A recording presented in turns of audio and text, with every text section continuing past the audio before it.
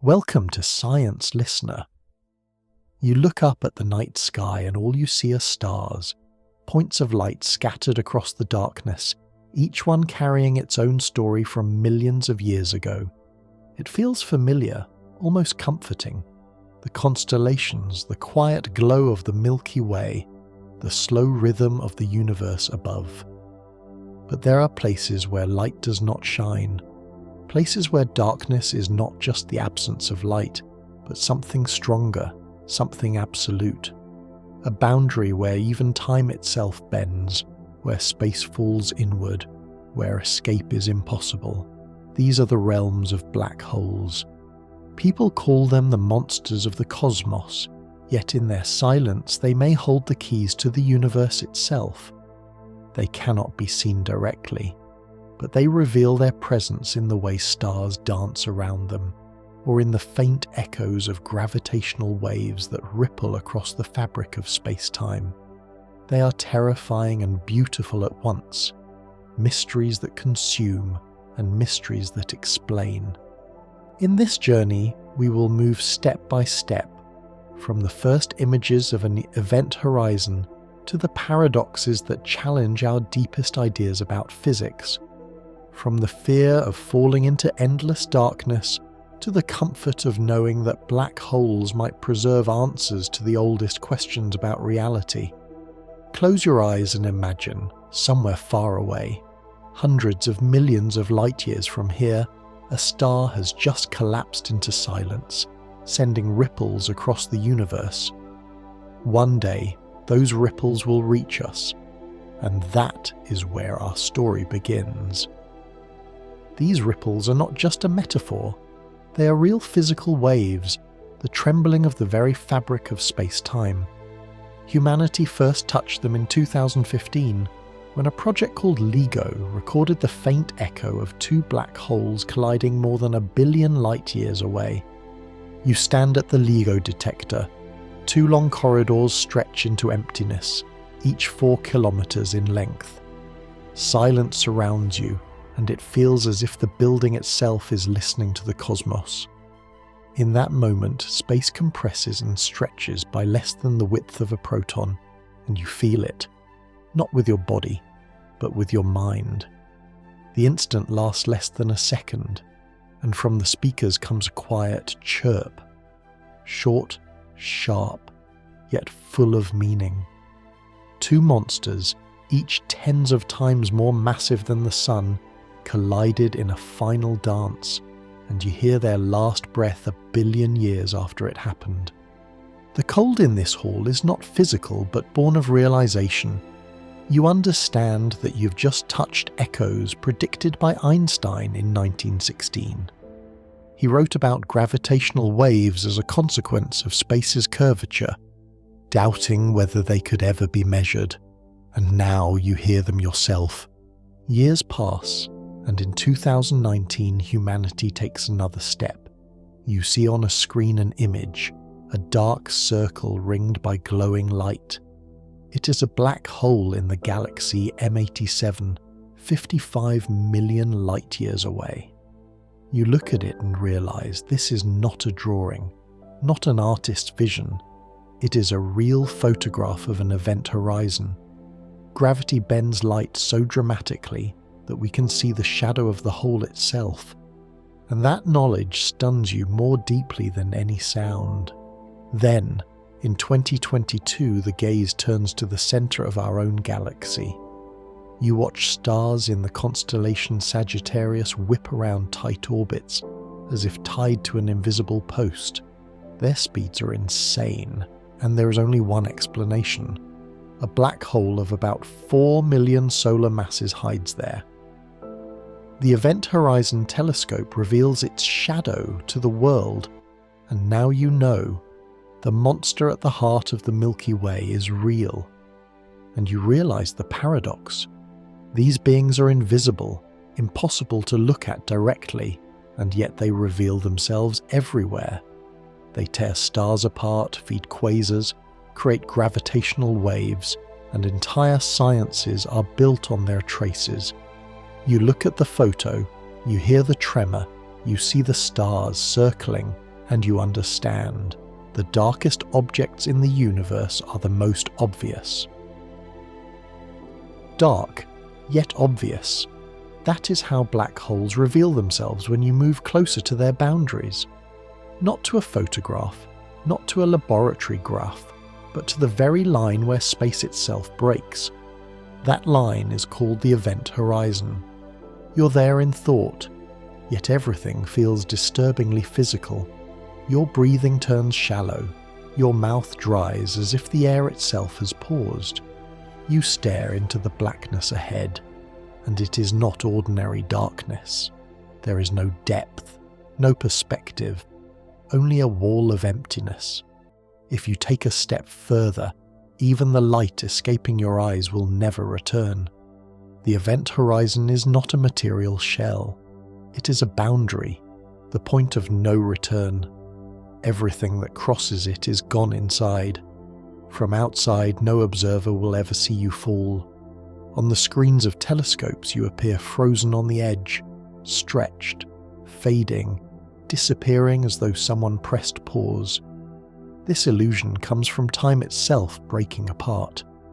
Your time near the horizon and their time outside no longer match. For you, inside, a second becomes a sudden plunge. For them, outside, your motion halts forever. The horizon has another secret. Rotating black holes, and most are, possess an ergosphere. This is a zone outside the horizon where space itself is dragged into rotation with the black hole. You stand there and realize that no step can be made backward. Everything is pulled into the whirl. And yet, here, energy can in theory be stolen. In 1969, Roger Penrose proposed the effect. A particle falling into the ergosphere could split, with one piece escaping, carrying energy away. You watch space itself act like an engine, even as darkness rules within.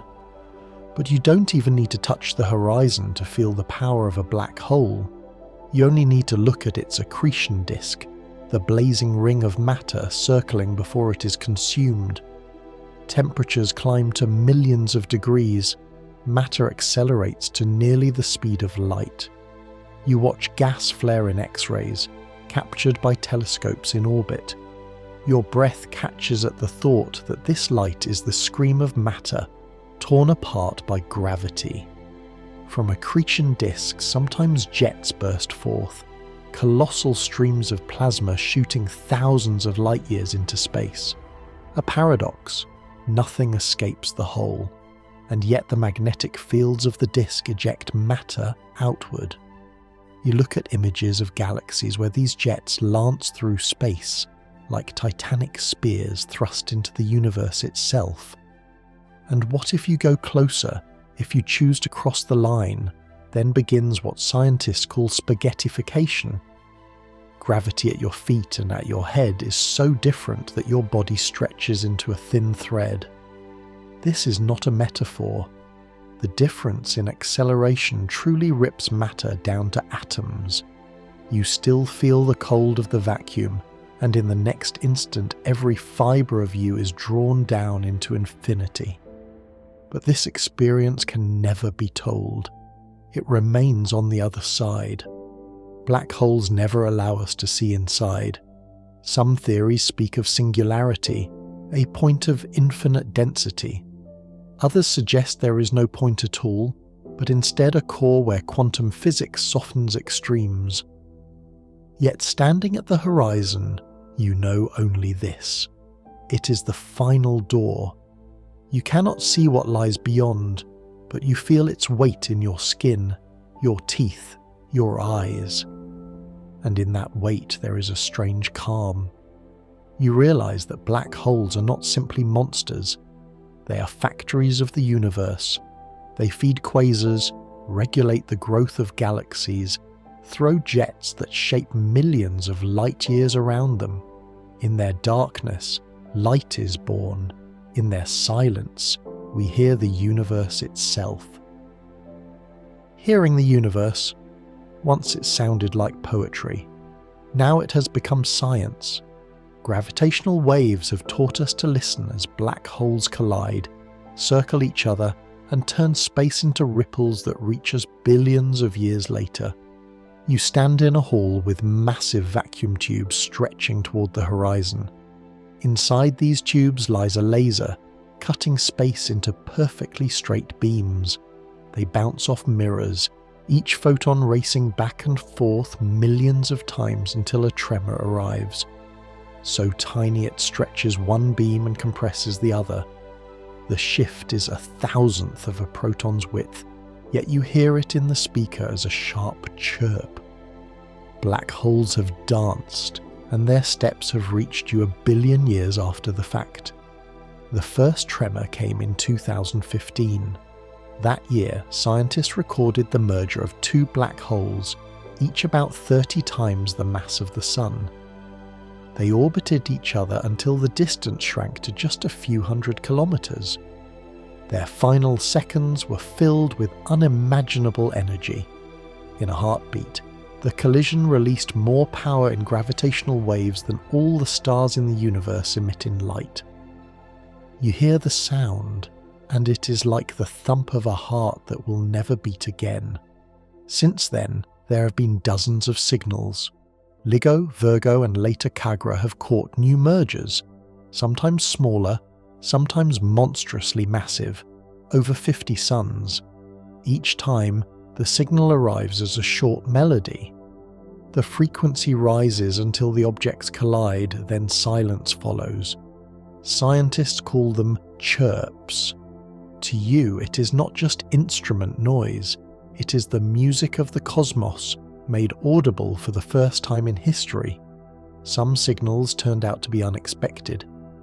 In 2020, a merger created a black hole more than 100 solar masses. This was the first reliable candidate for an intermediate class, not stellar, but not yet supermassive. Such discoveries reshape our view. Monsters can be born not only from dying stars, but also from cascades of mergers, step by step growing into galactic giants. At night, you sit and listen to recordings of these signals. They last fractions of a second, yet you know they are the voices of objects no one has ever seen.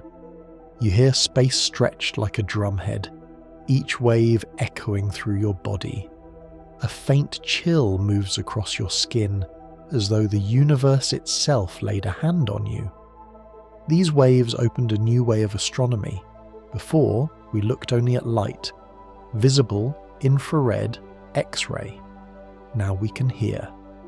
Gravitational waves are not blurred by dust, not dimmed by distance. They arrive directly, as a message. It is as if you had always seen lightning and for the first time finally heard thunder. Each new event is a key. From the signal, you can learn the masses of the black holes, their spins, their distance. Sometimes the wave is slightly skewed, revealing that one object might have been a neutron star. Then the hunt begins. Telescopes on Earth and in space search for the flash. In 2017, for the first time, both light and waves were caught together, the collision of 2 neutron stars. At that moment, the world realized we had entered the era of multi-messenger astronomy. The cosmos speaks in many voices at once. But black holes remain the loudest singers in this choir. Their collisions are the most powerful events in the universe. In 2023, a signal came from objects each nearly 90 solar masses. The result was colossal. The birth of a new black hole hundreds of suns heavy. To you it sounds like a deep thud, followed by silence. You realize that each wave is a message from the past. By the time the signal arrives, Earth might have still been ruled by dinosaurs, or even lacked any multicellular life at all. Some of the waves we hear began their journey long before the sun itself was born. You listen and understand. You are holding history, written not in words but in the vibrations of space. The irony is that all this is sound no one would hear without translation. The waves themselves are silent. We convert them into audio files to give ourselves a chance to feel the cosmos. You can play a recording and hear two monsters merge in a final chord. Yet the true music happens not in the speakers, but in the very fabric of reality. Gravitational waves are no longer exotic. They are a new instrument.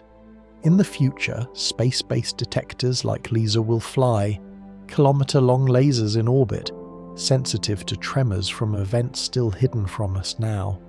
Then we will be able to hear not only black hole mergers but also echoes of the early universe, the ripples left after the Big Bang itself. And it all began with a short chirp in 2015. You hear it again and again, and each time within that sound lies the whole universe, its cold, its darkness, its motion, its life and death. Darkness and motion, life and death. All of it hidden behind a boundary our eyes can never cross. A black hole remains invisible not because we fail to look hard enough, but because its very nature is a refusal of light. You stand at the telescope and stare at the spot where, by all calculations, a black hole must be. Nothing. No blot, no silhouette. Only emptiness, the kind you could mistake for a simple absence of a star. Yet this absence itself is the sign. Light that crosses the event horizon never returns. Not a single photon escapes. Even if your eyes were billions of times more sensitive, they would still register nothing. The darkness would remain the same. The physics is simple and merciless. The speed of light has a limit, about 300,000 kilometers per second. For everything in the universe, that is the ultimate ceiling. But at the event horizon, even this is not enough. Space is bent so sharply that a beam of light slides inward as if down a slick, tilted slope. You could imagine a rocket moving millions of times faster, and still it would not escape. Here, gravity wins. We see black holes only indirectly. You notice stars nearby moving strangely, not in smooth arcs, but in sharp, tight orbits. At the centre there is nothing, and that nothing is the monster. This is how scientists identified Sagittarius A star in the mid-20th century. By tracking the stars whipping around an unseen centre, their speeds reach thousands of kilometers per second, leaving no other explanation. Sometimes a black hole betrays itself with an accretion disk. Matter falls inward, accelerates to nearly the speed of light, and heats to millions of degrees. Gas and dust shine in X-rays. To you, it looks like a glowing ring surrounding emptiness. In 2019, the Event Horizon Telescope revealed such a ring around the black hole in galaxy M87. The image became a symbol, proof that the invisible still casts a shadow. But even that picture is not the black hole itself. It is only its surroundings, light bent and trapped by gravity. The black hole at the centre remains untouchable. You see the fire, but not the flame. There is another clue. Jets. Enormous streams of plasma burst from galactic centres. In radio images, you see a spear stretching thousands of light years. It looks as though darkness itself hurled a blade into space. But this too is not the hole. It is the work of magnetic fields and the disk that feeds them. Sometimes black holes betray themselves by tearing stars apart. A star wandering too close is shredded by tidal forces. Its matter whirls into a disk, ignites, and for a moment the galaxy shines brighter. These are called tidal disruption events. You see them on light curves, a sudden spike, then a slow fading. Once again, not the black hole, only its work. You realize the paradox. We will never see a black hole directly, and yet that is its strength. It commands attention by being unseen. It makes itself obvious through everything around it. The orbits of stars, the glow of disks, the X-ray flares, the jets, the deaths of stars. It rules the galaxy while staying hidden. You can look at the Milky Way and see billions of stars, yet the thing that governs them is concealed. You can see a jet stretching hundreds of thousands of light years, but not its source. You can hear the gravitational chirp of a collision, but not the creatures themselves. A black hole is power without a face, and yet this darkness brings us closer to understanding the universe. The deeper we peer into its invisibility, the more facts we uncover. With every new telescope, every new detector, we see, hear, and feel more than ever before. And all the while, the black hole itself remains unseen, like a teacher who never steps to the board, yet changes the entire lesson. The lesson becomes truly personal when you stop being an observer and face the question, what happens if you cross the line and fall into a black hole? You stare at the emptiness before you, and it looks nothing like an ordinary sky. There is no sense of depth, no starlight flickering. It yawns like a black mirror, reflecting only what can never return. You take a step in thought, and at that moment your body begins to feel what scientists call the gravitational gradient. Your head and feet experience different forces, and slowly you realize you're not being pulled down as a whole, but in pieces. This process carries a grim name, spaghettification. If you fall into a black hole only a few times the mass of the sun, your feet are pulled harder than your chest, and your chest harder than your head. The force stretches your body, tearing muscles and bones until you are drawn into a thin thread. This is no metaphor. Physics truly divides particles into lines, like noodles in boiling water. To an observer outside, your fall appears frozen at the edge of the event horizon. You seem to hang there on the boundary, time itself arrested. But for you inside, it is different. Time quickens, the event horizon is crossed in an instant, and there is no way back. If the black hole is small, the end comes in fractions of a second. But if it is a supermassive monster like the one at the center of our galaxy, you may live longer. There the forces are spread out.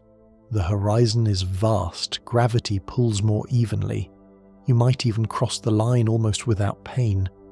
Yet inside, the same fate awaits. The singularity, the point where the laws of known physics break down. You are surrounded by silence. No sound because there is vacuum. No colour because light cannot return. Only the sense of weight becoming absolute. It feels as if the universe itself has pressed down on your shoulders. You try to breathe and the air feels thick like syrup. It is not reality. It is perception. Your mind resisting the truth that space itself no longer follows the rules you know. Scientists have long debated what happens to information that falls into a black hole. In the 1970s, Stephen Hawking proposed radiation that would eventually evaporate the hole itself. But the question remains, does everything inside vanish forever? Some argue information dissolves irretrievably. Others claim it is imprinted on the surface of the event horizon. To you, this debate is a distant whisper. As you fall, no philosophy cancels the simple fact. Inside, there is no escape. There were times in history when the very idea of a black hole seemed like fantasy. In the 18th century, the English scientist John Michell wrote of a star so massive that its light could never leave its surface. Back then it was just a mathematical game. Now you are living inside his prediction, your own sensations the proof that imagination has become reality. Your body is stretched, your eyes powerless, your tongue dry. Everything around you feels like a dream from which waking is impossible. You want to scream, but no sound comes. Everything that leaves outward stays in the shadow. The shadow itself has a border, a line no traveller can cross twice. This is the event horizon, the true point of no return. You face it now, not as a theory, not as a diagram in a textbook, but as a place in space where the laws you know stop working in your favour. The event horizon is invisible, yet absolute. There is no glowing fence, no sign hanging in the void. It is simply the distance from which not even light can escape. Once you pass, there is no path back, no negotiation. From the outside, someone watching you would never see you fall through. To them, your body would stretch, slow, and finally freeze at the edge. They would wait forever for you to cross, and you never would. Your image would dim and fade, but never disappear.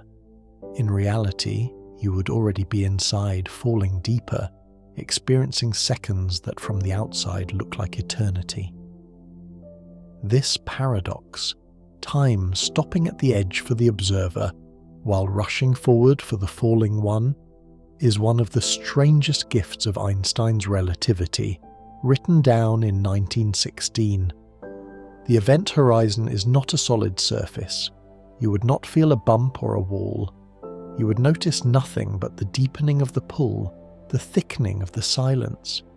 Yet beyond this invisible line, every possible path you could take bends inward. Space itself leans toward the singularity. Even if you had rockets powerful enough to outrun the sun's escape velocity thousands of times over, it would not matter. Every thrust, every desperate move points in one direction, down. There is an eerie calmness at the edge. Instruments may scream, gauges may spin wildly, but your own senses tell you very little. There is no flash, no thunderclap. You breathe shallowly, as though your chest knows the air is no longer useful. In the silence, the only sound is your heartbeat, uneven and heavy, like a drum in an empty hall. Astronomers studying distant galaxies never see the horizon itself. What they see are the signs around it. Stars orbiting impossibly fast, matter heating into X-rays as it spirals inward, flashes when entire suns are torn apart. The horizon is known by its consequences, never by its face. It is the ultimate border guard, one that works silently, without ever revealing its own body. For you standing at this frontier, the thought is unavoidable. If the horizon cannot be seen, then all you have left are sensations. The darkness in front of your eyes is not just emptiness, it presses on your skin like weight. Your tongue tastes metal, as though gravity itself has seeped into your blood. The cold is not from air, but from the awareness that nothing you do now matters outside. The horizon is a teacher that demands surrender. It strips away illusions of control. You realize that human tools, telescopes, detectors, numbers on screens, can only tell the story from afar. Inside, it is different. Inside, the story is no longer for others. It is only for you, and it ends the moment you cross. Beyond the horizon lies silence, but just outside it spins another realm, a place where space itself is dragged into motion. This is the ergosphere, the restless skin of a rotating black hole. You find yourself there, hovering in the strange twilight between freedom and inevitability. The ergosphere is not a wall, not a disk of fire, but a region where the rules change. Here, the black hole's rotation twists space-time itself. Every particle, every photon, even you, are carried along in the cosmic whirlpool. It is not optional. The fabric of the universe has been seized and forced to spin. Physicists call it frame dragging, a phenomenon predicted by Einstein's general relativity and calculated in detail decades later. In 1969, Roger Penrose proposed something radical. What if this forced rotation could be used to steal energy from the black hole? The idea sounded outrageous at first, like robbing a storm, but mathematically it worked. A particle could enter the ergosphere, split into two fragments, and one of those fragments could fall inside while the other escaped with more energy than it arrived with. It was as if the black hole had been tricked into paying a ransom. Standing in this zone, you feel what the equations only hint at. Movement is unavoidable. Your body leans into a rotation you cannot resist. If you raise your hand, it drifts sideways, carried not by air but by the invisible whirl of space. The stars around you smear into faint arcs as if the entire sky is being stirred with the giant spoon. Your stomach tightens at the imbalance, like the drop of a roller coaster, only without the rails to bring you back. Energy extraction from a monster like this is not science fiction. The Penrose process remains a foundation for understanding how black holes might power some of the brightest engines in the universe. The enormous jets of plasma shooting from galaxies may, in part, owe their force to this very theft of energy. Matter falls inward, magnetic fields twist, and the black hole's spin is slowly drained. What you see in the distance as a streak of light piercing into galactic space may be the product of countless such exchanges, tiny ransoms paid by the darkness. Astronomers today have indirect evidence of this robbery in action. They observe how certain regions near black holes glow with excess energy, more than simple accretion can explain. Simulations suggest that the spin of the hole is being tapped, like a dynamo winding down. You think of it as a cosmic paradox. The most destructive objects can also be milk for power. Monsters can be farms. Inside the ergosphere there is no true rest. Even if you tried to hover with infinite engines, you would still spin, dragged along against your will. The very word comes from the Greek ergon, meaning work. This is the sphere where work is unavoidable. You cannot stay still. To exist here is to move. The sense is not of chaos but of relentless order. Everything is compelled into rotation, yet everything obeys the same invisible rhythm. You feel your pulse sync with it, as if your blood itself has been enlisted in the turning. The taste of metal returns to your mouth, only sharper now, like sparks from grinding steel.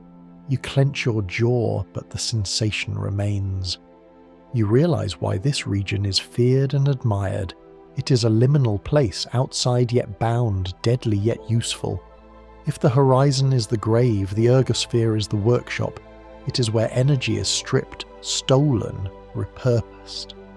Perhaps even civilizations far in the future could learn to survive by harvesting this endless rotation. Yet for you, the thought is more visceral.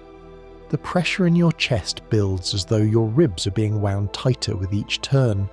Your eyes water, not from wind, but from the distortion of space tugging at the very path light takes before it reaches your retina. The silence of the vacuum hides it, but your body insists. You're inside a storm without sound. And still, the strangest truth remains. This storm is not chaos. It is calculation, geometry, inevitability. The ergosphere does not rage, it persists. You understand now why Penrose's idea was more than clever mathematics. It was an invitation to see that even in the presence of death, energy could be borrowed. You may not live to return it, but the cosmos will keep the books balanced. Beyond the spinning storm, the brightest fires of the universe are born. Around the black hole, matter does not simply fall, it shines, it screams, it ignites. These are the accretion disks and jets, cosmic engines burning with impossible power. You stand before a disk so vast it could swallow a solar system, a whirling storm of gas and dust spiraling inward. The particles collide at near light speeds, compressing, heating, glowing with X-rays and gamma rays.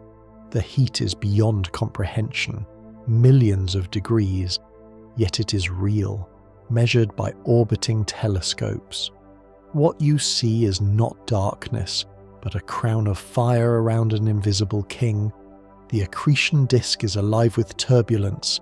Gas clouds are shredded, magnetic fields whip like lashes, shock waves ripple across the plasma. You feel it in your chest as a vibration, as if your ribs are resonating with the unseen drum of the rotation. Even the emptiness around you seems to hum. This is the paradox. The black hole devours, but in the act of devouring it becomes the brightest beacon in the sky. Jets burst outward like spears. They are not soft fountains, but rigid beams of plasma stretching thousands, sometimes millions, of light years into space. Entire galaxies carry scars of these outflows. Radio telescopes on Earth trace their paths, and the images show lines longer than the Milky Way itself. The mechanism remains partly mysterious, but the consensus is clear. Magnetic fields twist in the inner disk, channeling matter and energy into colossal streams. You see them as blades of light carving through the void. Your senses betray you. There is no sound in the vacuum, but your body insists there is a roar. A low, endless growl vibrating in your bones. Your skin prickles as if scorched, though no air carries heat. The taste in your mouth is dry ash, metallic and bitter. The echo of energy so high they could strip atoms bare. You blink, but the glare of X-rays persists in your mind, a phantom brightness that will not fade. Astronomers have catalogued quasars, galaxies powered by these very disks and jets. In the 1960s, they puzzled over point-like sources shining brighter than whole galaxies. The answer was here: black holes, feasting with such violence that their surroundings outshone everything else. You realize that when you look at a quasar's glow, you're not seeing a steady lamp, but a scream of matter being torn and consumed, funneled into fire and light. Sometimes entire stars wander too close. They are ripped apart, their guts strewn into the disk. For a brief moment the galaxy flares, brighter than billions of suns. Telescopes detect these events, tidal disruptions, and you understand that even in destruction there is performance, a pyrotechnic finale before silence. And yet, for all the brilliance, the black hole itself remains hidden. You can witness the heat, the jets, the flashes, but the center stays invisible. The engines rage, but the driver never shows its face. It is as though the universe staged a theatre where the lead actor never steps on stage. Only the explosions and smoke tell you he is there. You stand in awe. The hum in your chest becomes a weight, pressing down with the rhythm of the disc.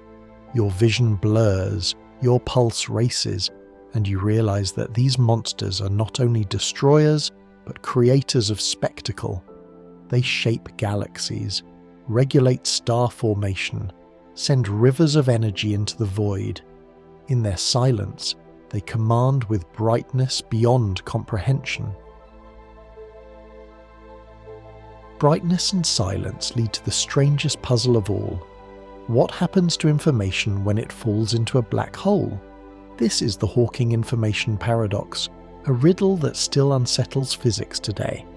You face the question not as a mathematician, but as someone watching the fall itself. Imagine a book, a star, or even your own body crossing the horizon. Every atom carries information. The arrangement of particles, the spin, the state. In ordinary physics, this information cannot be destroyed. Burn a book and the letters vanish, but the smoke, the ash, the light all still carry the record in microscopic traces. Nothing disappears entirely, yet in a black hole, the rules seem broken. Stephen Hawking in the mid-1970s shocked the world by showing that black holes are not perfectly black. Through quantum effects near the horizon, they emit faint radiation. Over unimaginable time spans, this Hawking radiation, would allow a black hole to evaporate completely. If that is true, then what happens to everything that fell inside? Does the information vanish with the hole? The paradox is brutal. On one side, quantum mechanics insist that information is eternal. On the other, general relativity insists that nothing escapes the horizon. If both are correct, then the universe is holding two opposite truths. You feel it in your own chest as though your heartbeat stumbled at the contradiction. A law must give way, but which one? In physics, information is not poetry. It is mathematics, the exact description of the state of a system. To lose information is to lose predictability, to admit that the universe can throw dice and erase the record. For some, that is worse than death. A body can fall, but its story should remain. Without that, even the cosmos itself seems unstable. You imagine yourself falling, your breath shallow, your skin tight with fear. Crossing the horizon, your body stretches, atoms scatter, but still, the information of who you are should remain in principle. Yet from the outside, nothing comes back. Time freezes your silhouette at the edge, while Hawking radiation, featureless and random, trickles outward. You do not see yourself in that glow. You are gone, erased as if you never were. The paradox shook physics for decades. Hawking himself once bet that the information was truly lost, even challenging colleagues like John Preskill. Later, he conceded that he may have been wrong, suggesting that perhaps information leaks out in subtle ways hidden in the radiation. The debate is not over. Conferences, papers, entire careers have arisen on this single question. Your tongue tastes dry metal like rust, as though the universe itself is corroding at the edge of logic. You press your palms against nothing, searching for a surface, but there is none. The paradox has no wall, no edge to grip. It is a hole in the rules, not just in space. What makes it unbearable is the timescale. For a stellar black hole, evaporation would take far longer than the age of the universe. For a supermassive one, even longer, incomprehensibly long. We cannot wait to test it. The paradox hangs unsolved, as eternal as the silence it describes. Yet standing here, you realize the true terror is not the loss of matter, but the loss of memory. To destroy information is to destroy history itself. Without history, the cosmos loses continuity. That is the real monster inside the black hole.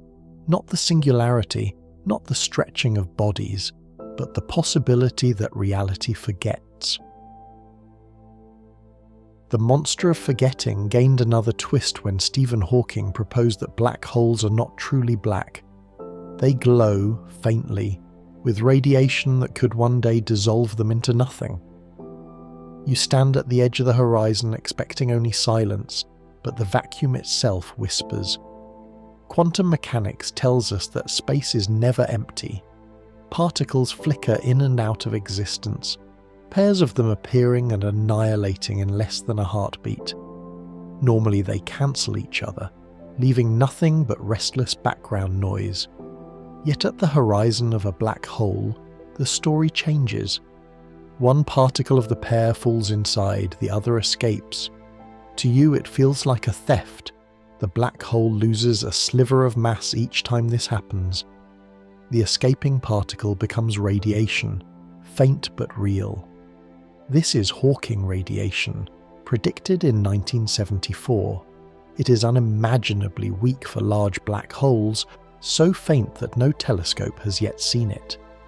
But over billions upon billions of years, it could drain even the most massive giant. Imagine a black hole the size of a mountain. For such a small one, the radiation would be stronger, almost violent. The smaller the hole, the hotter it becomes, blazing with energy as it shrinks. In its final moments, the radiation would flare catastrophically, a cosmic explosion of particles and light. What began as silence would end as thunder. You press your tongue to your teeth and taste dust, as though your own body were evaporating into particles. Your chest tightens with the absurdity of it. The darkest object in the universe slowly dissolving into a glow softer than a candle flame. The paradox twists again. Devourers become the devoured.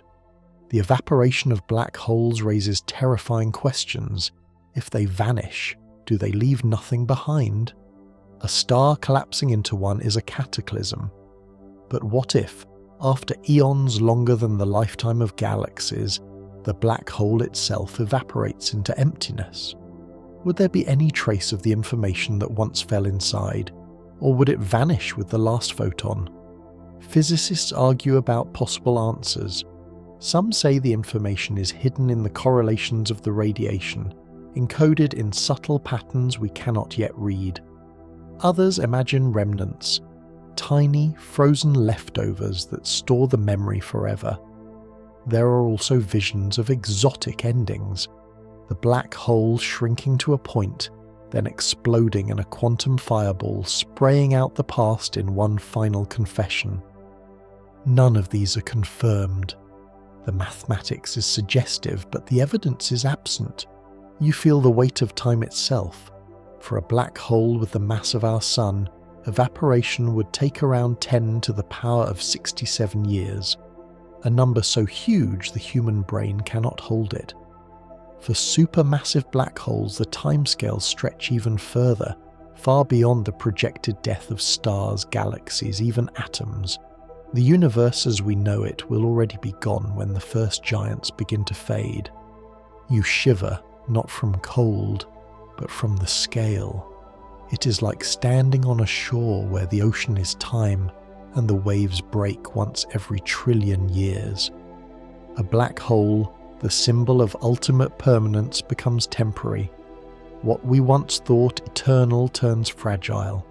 The most powerful objects in the cosmos may be nothing more than sparks, doomed to vanish in the final night. You close your eyes, and the silence around you feels less like emptiness and more like waiting. Waiting turns into a question. If black holes radiate and fade, how can the universe keep its memory?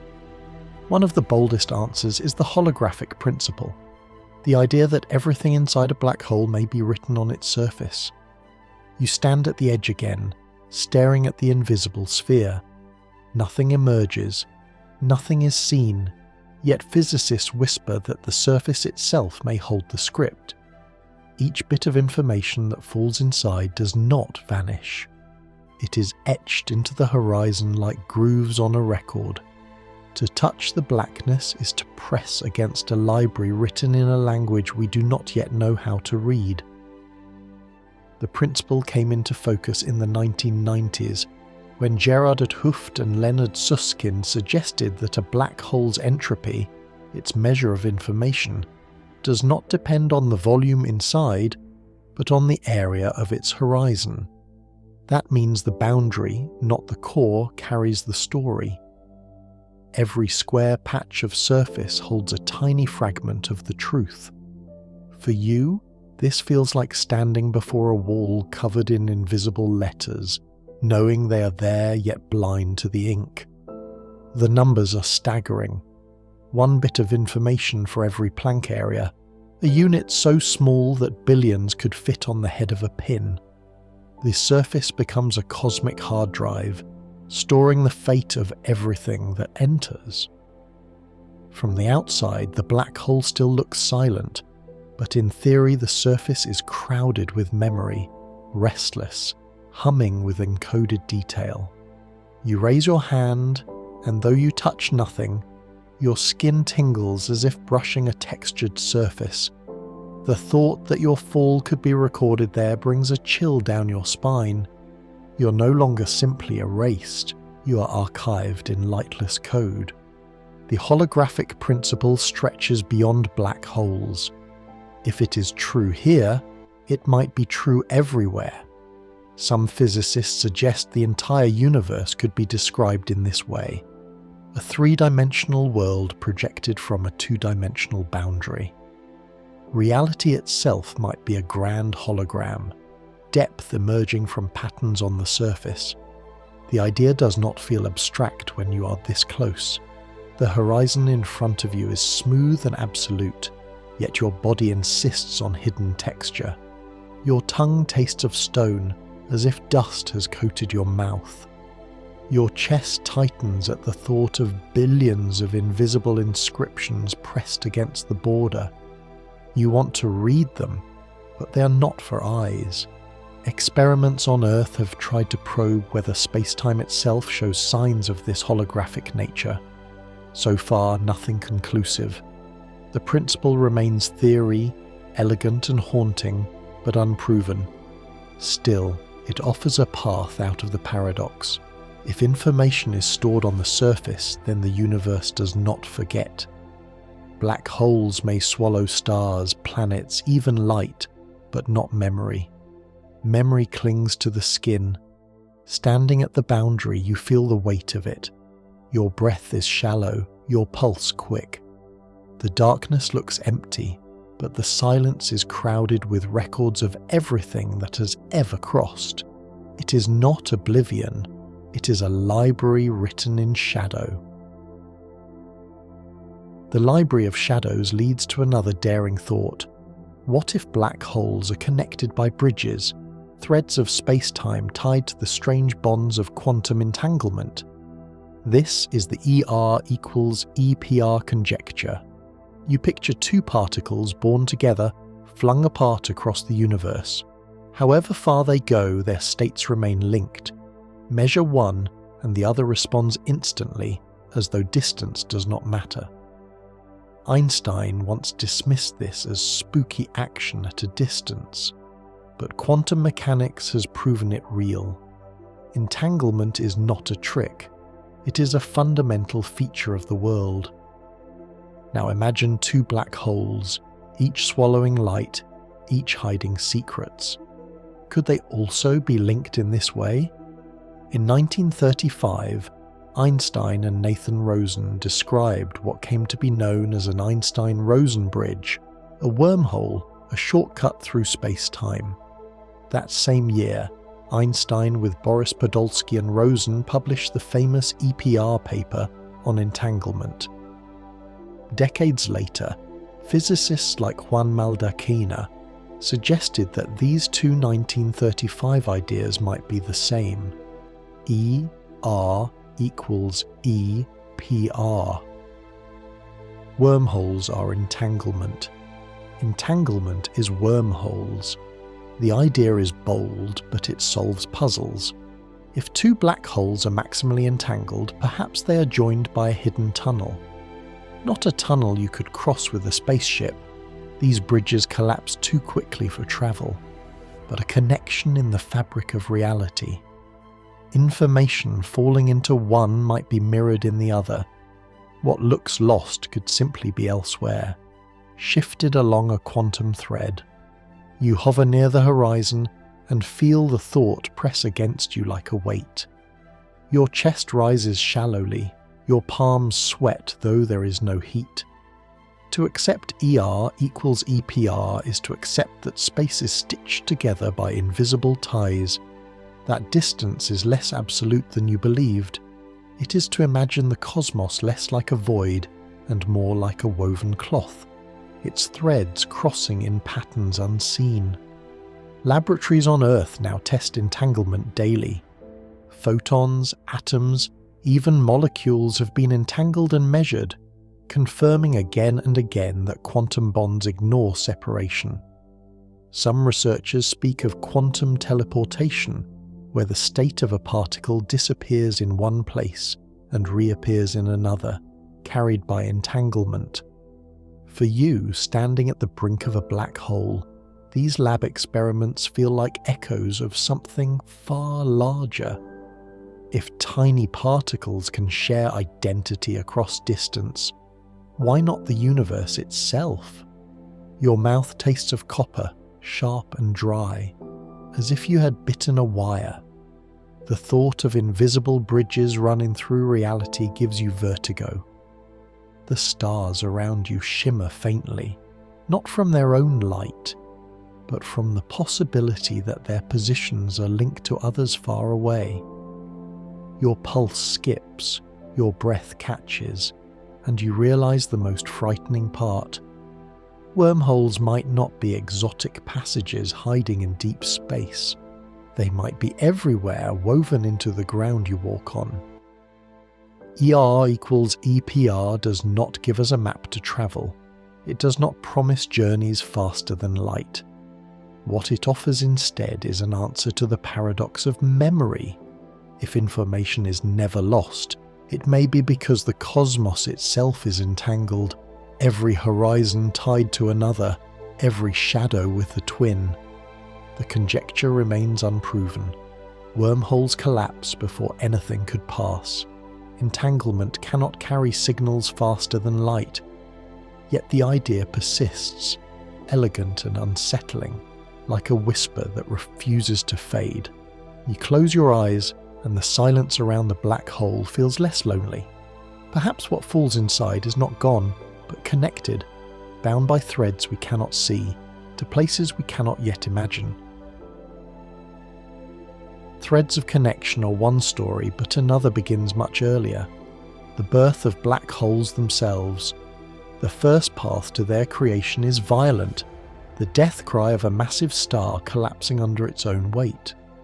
You stand beneath a sky where a star more than 20 times the mass of the sun begins to fail. For millions of years it has burned fiercely, fusing hydrogen into helium, then forging heavier elements in its furnace. But fusion is a balance game, outward pressure against inward gravity. When the fuel runs out, the balance breaks. The core no longer pushes back. Gravity wins.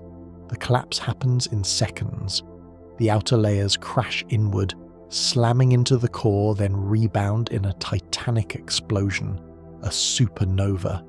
You feel the shock wave as a pressure in your chest, a thunder that has no air to carry it, yet your ribs vibrate as if the cosmos itself struck a drum. For a brief moment, the star shines brighter than an entire galaxy. Light, neutrinos, and heavy elements pour into space. Gold, iron, and uranium scatter like seeds, destined one day to be in your blood, your bones, the tools in your hand. But the core, crushed under unimaginable weight, cannot escape its fate. It shrinks, compresses, and crosses the line where atoms themselves collapse. Protons and electrons combine into neutrons, and even neutrons can no longer bear the pressure. The mass is forced into a point, a singularity wrapped by a horizon. A black hole is born. You taste iron at the back of your tongue, as if the explosion has left dust in your mouth. Your ears ring with silence, the echo of a blast that travelled across light years. Your skin prickles with the phantom heat of the fireball. The star has died, but its death is not an end.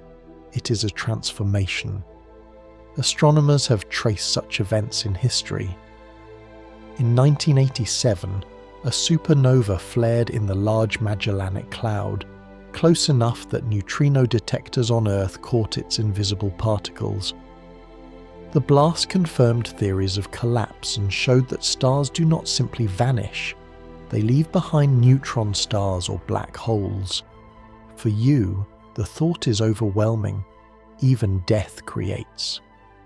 The night sky is littered with ghosts of stars that once fed the universe with their endings. Some black holes are only a few times the mass of the sun, relics of such collapses. Others, formed from heavier progenitors, weigh dozens of suns. Their births are hidden inside distant galaxies, too far to witness directly, but their presence is betrayed by the dance of nearby stars, the flare of X-rays, the subtle tug on light itself. You breathe shallowly, imagining the collapse around you. It is not quiet. It is violence turned into silence, brightness turned into absence. Your body insists on feeling the wave, the flash, the weight of falling matter. A star's funeral becomes a monster's first breath. The funeral of one star is not the only path. Sometimes two dead stars meet again, neutron against neutron, and in their final embrace a black hole is born. You stand in the dark between galaxies where two neutron stars circle each other. They are tiny by cosmic standards, only tens of kilometers wide, yet each contains more mass than the Sun. Their density is beyond imagination. A spoonful of their matter would outweigh mountains. Their surfaces are frozen fire, crusts of neutron-rich material that ring with magnetic storms. As they orbit, they radiate away energy in the form of gravitational waves. Slowly, invisibly, they spiral inward. The orbit shrinks, the pace quickens, like a heartbeat running out of control. For millions of years they dance, but the end comes suddenly.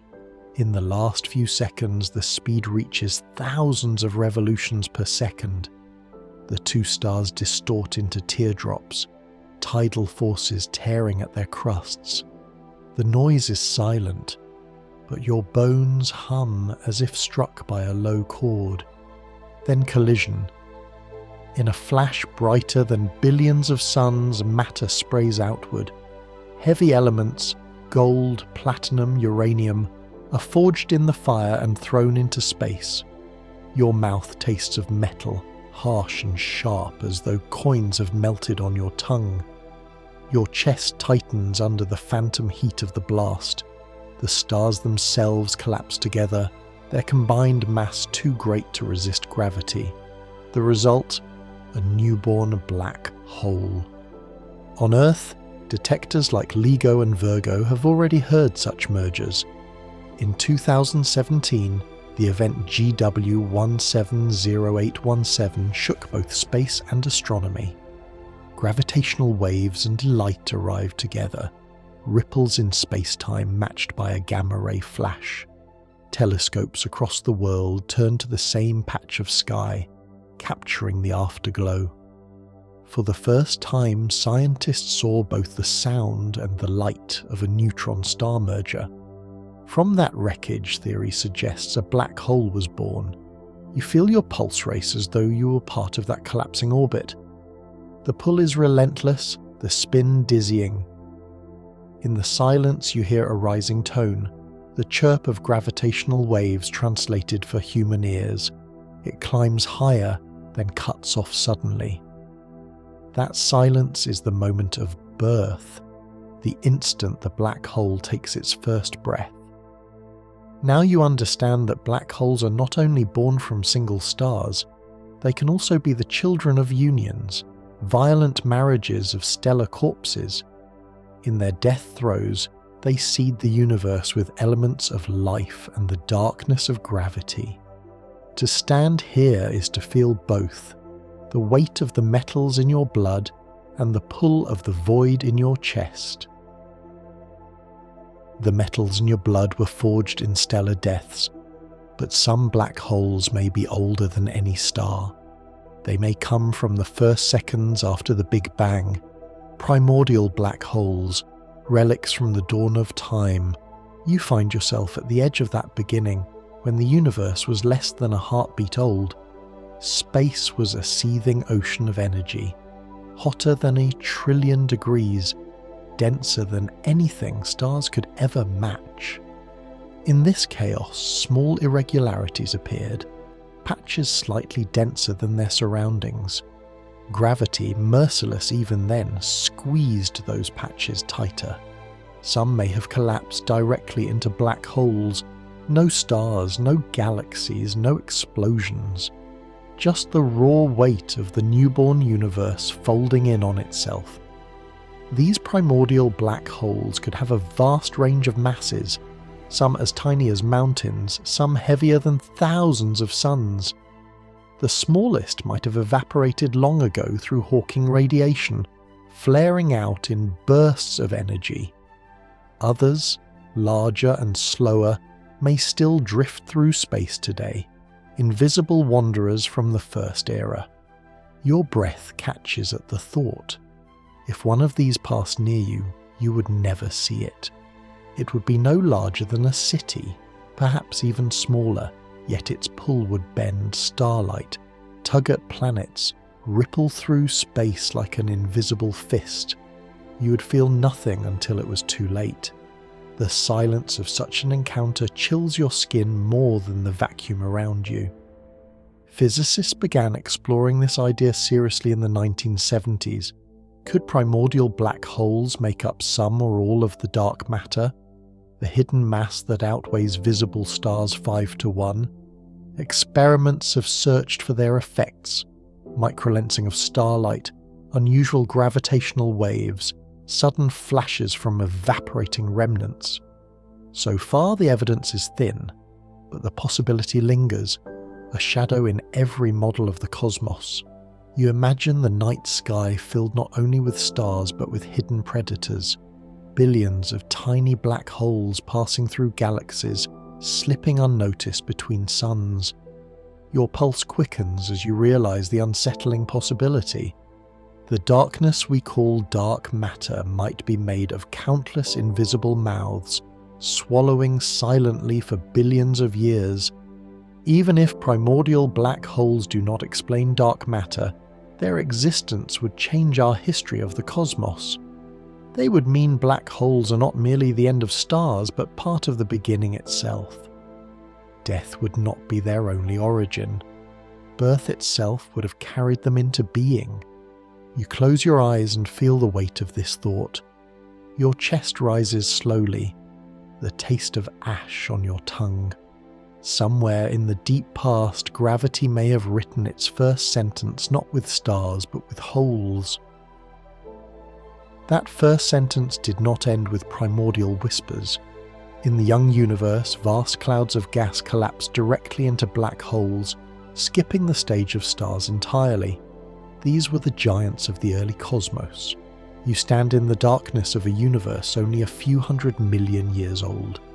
Galaxies are still gathering, stars are just beginning to shine, but in some corners the process is different.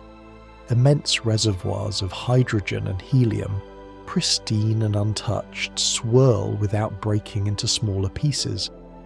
Instead of birthing stars, gravity drives them to collapse whole. No supernova, no fusion furnace, only a direct plunge into a black hole.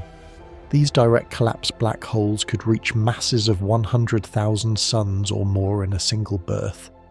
While stars take millions of years to live and die, these objects appeared quickly, almost suddenly, as if the universe decided to skip the prelude and go straight to the crescendo. Astronomers suspect that such giants may explain why quasars already blaze less than 1 billion years after the Big Bang. Your body reacts to the thought with unease. You inhale, but the air feels thick, as though drawn into a whirlpool. Your skin tightens under an imagined pressure, the weight of entire galaxies pressing in. To stand near such a collapse is to feel drowned in silence, swallowed not by a star's explosion but by a suffocating absence of one. Observations with telescopes like James Webb are now uncovering candidates for these ancient giants.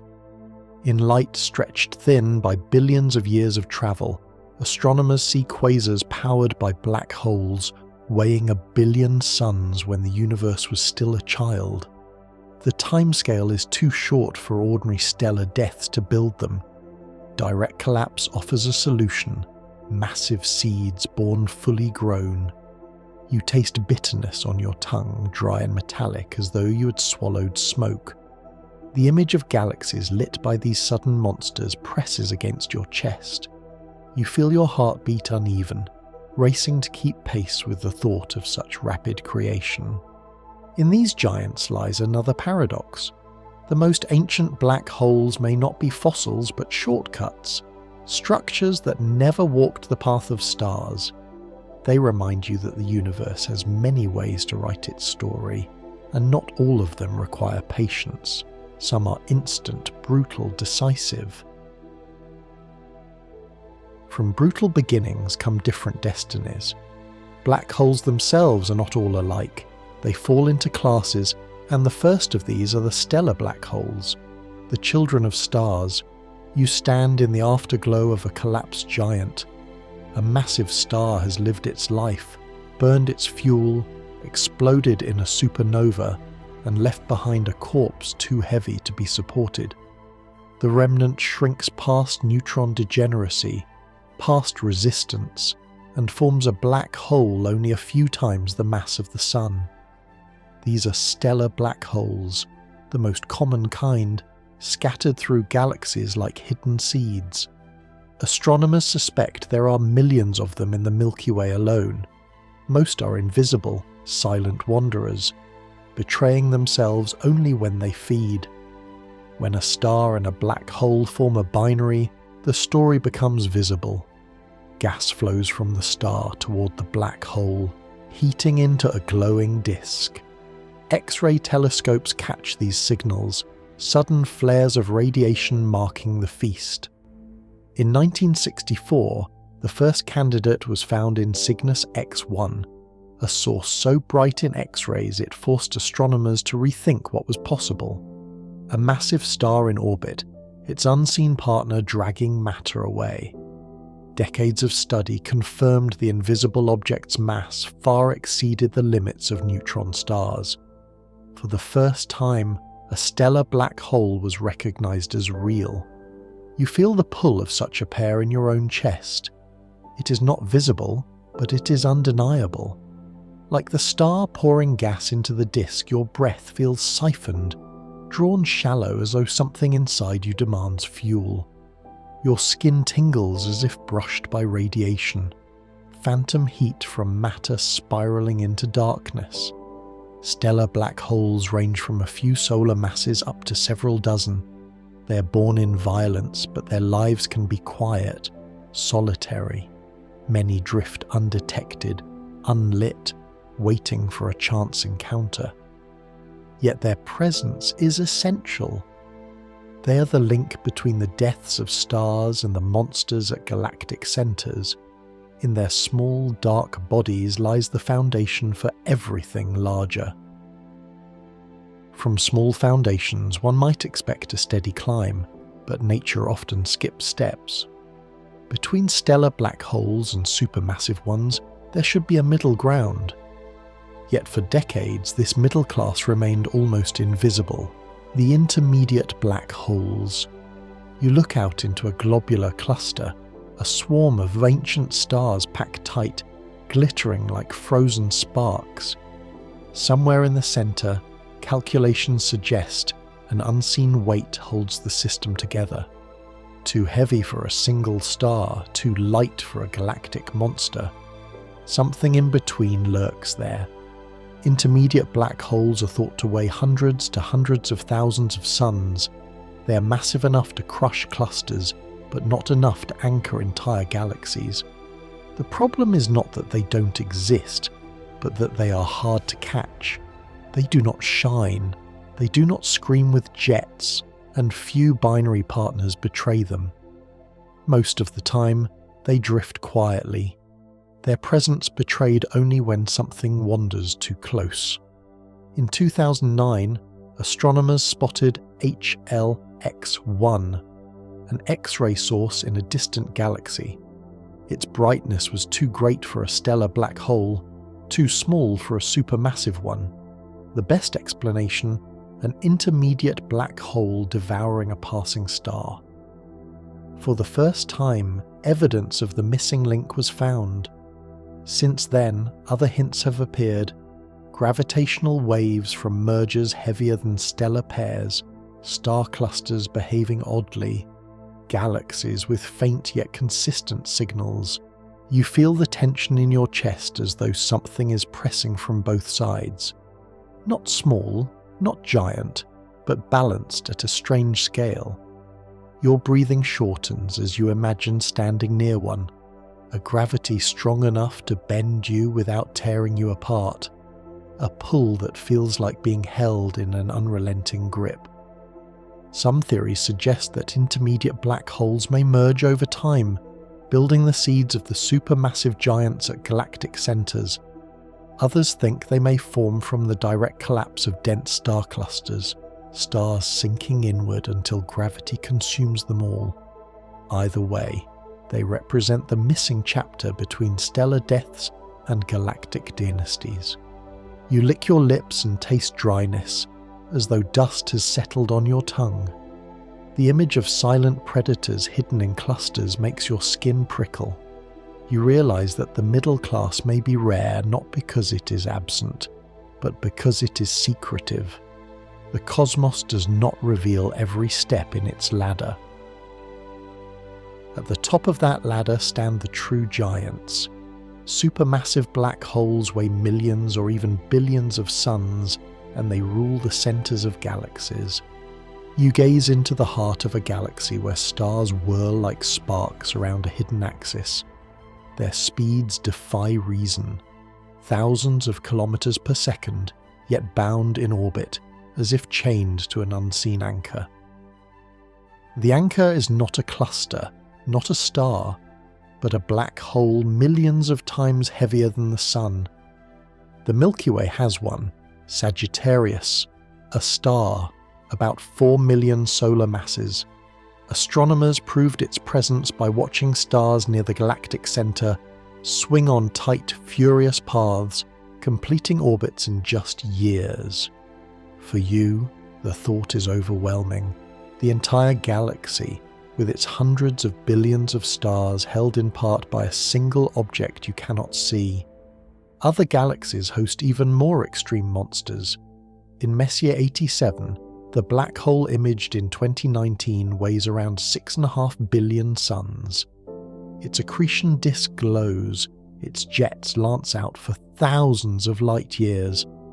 The picture taken by the Event Horizon telescope revealed its shadow, a ring of fire surrounding absence, the first portrait of a supermassive abyss. You feel your throat tighten as though your voice has been stolen. The scale dwarfs comprehension. To fall towards such an object would be to fall forever. Your skin prickles, your breath shortens, as if gravity itself has reached across light years to press its hand on your chest. Quasars, the brightest lighthouses in the universe, are powered by supermassive black holes feeding greedily. In the 1960s, astronomers discovered point-like sources shining brighter than entire galaxies. The only explanation: disks around enormous black holes radiating energy as matter spirals in. These beacons can be seen across billions of light years, carrying the voice of the early universe to our telescopes. The mystery is not only their presence, but their speed of growth. Quasars existed when the universe was less than 1 billion years old. How did such giants form so quickly? Direct collapse, runaway mergers, primordial seeds. Theories abound, but the answer remains open. You lick your lips and taste dryness, as though the scale itself has drained the moisture from your mouth. The thought that these giants appeared so early makes your pulse race. If stars are villages and stellar black holes are towns, then these are sprawling empires, rising almost overnight in cosmic time. Supermassive black holes shape galaxies. Their jets regulate star formation, heating gas, preventing or encouraging birth. Their gravity sculpts motion. Their energy feedback writes galactic history. You stand in their presence and understand. They're not only monsters but architects, rulers, whose influence extends far beyond their hidden borders. Rulers come in many forms, and so do black holes. Beyond stellar, intermediate, and supermassive, there are exotic kinds, charged, rotating, or only imagined in theory. You find yourself before a black hole that spins. This is the Kerr black hole, predicted in the 1960s, where rotation drags space-time like a whirlpool. Around it lies the ergosphere, the restless region where nothing can stay still. You feel your chest pulled sideways, your skin tingling as though the air itself is spinning. frame dragging is no longer an equation. It is a force twisting your body. Others are stranger still. A charged black hole, the Reissner-Nordström solution, includes electric fields so powerful they distort space as much as gravity. In theory, they could exist if enough charge were locked into the collapsing matter. You run your tongue across dry lips and taste a metallic bite, the imagined flavour of electricity hanging in the void. In practice, most astronomers doubt they survive in nature. Surrounding plasma would quickly neutralise them. But the equations remain, reminders that mathematics allows more than reality may show. Hypothetical black holes stretch imagination further. There are models of white holes, the time reverse of black holes, that expel matter instead of swallowing it. Others propose wormholes, tunnels linking distant regions of the universe, cousins of Einstein and Rosen's 1935 idea. Some theories even predict microscopic black holes, tiny enough to form in high-energy collisions, evaporating in a flash of Hawking radiation. None have been seen, but they linger in equations, haunting the boundaries of physics. You breathe shallowly, the air in your lungs tight as though waiting for release. The silence presses on your ears, but inside your chest there is a hum. Not from sound, but from the awareness that nature's laws are not final. The exotic types remind you that what we see is only part of the map. Beyond the familiar are territories we cannot reach, but we can calculate. Rotating black holes may power quasars, their spin drain to light galaxies.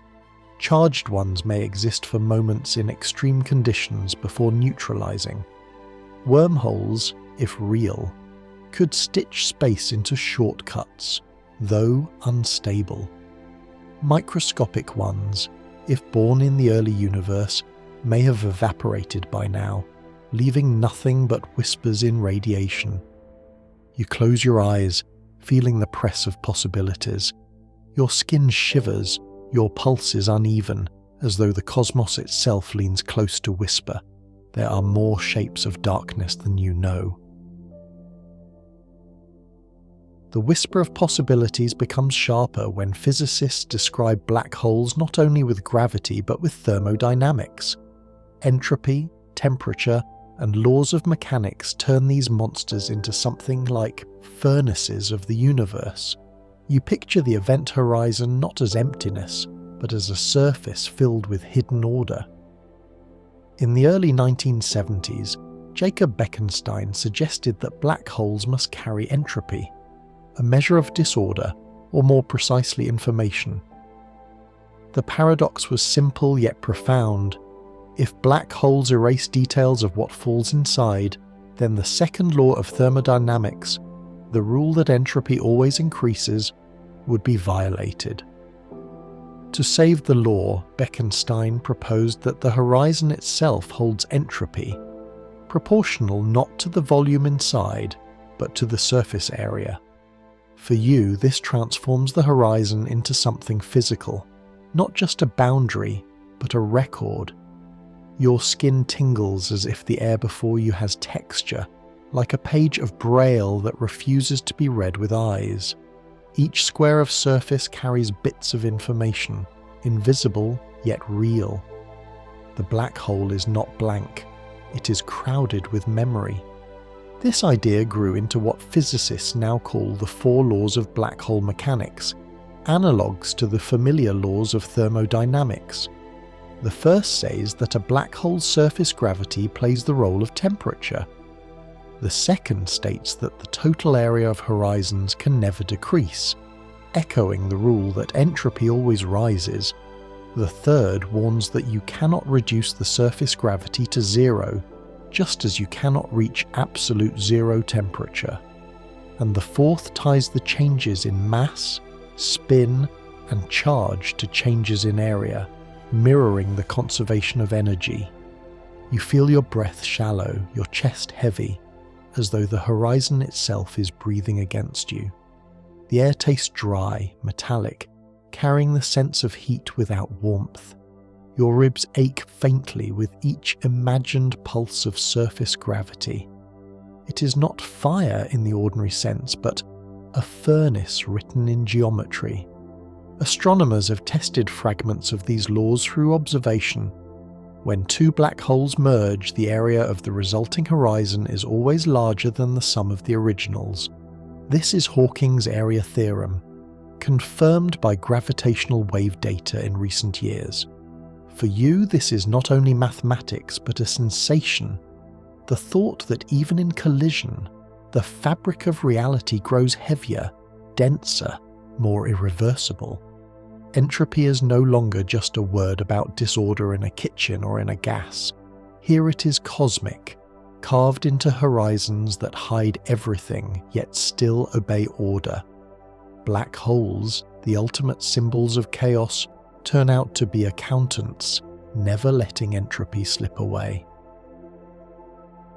If entropy makes black holes into accountants, then temperature makes them into furnaces. Their heat is not fire, but the pull of surface gravity, the pressure written on the edge of the horizon. You stand near that edge, expecting only cold, but what you feel instead is tension. Surface gravity is not warmth in the air, it is the strength of the grip that the horizon holds on you. Imagine standing on Earth and feeling the pull of 1g, then on a neutron star with billions of g's. A black hole exceeds even this, its surface gravity so absolute that no escape exists. For physicists, this surface gravity can be read as temperature, a measure of how horizons respond to disturbance.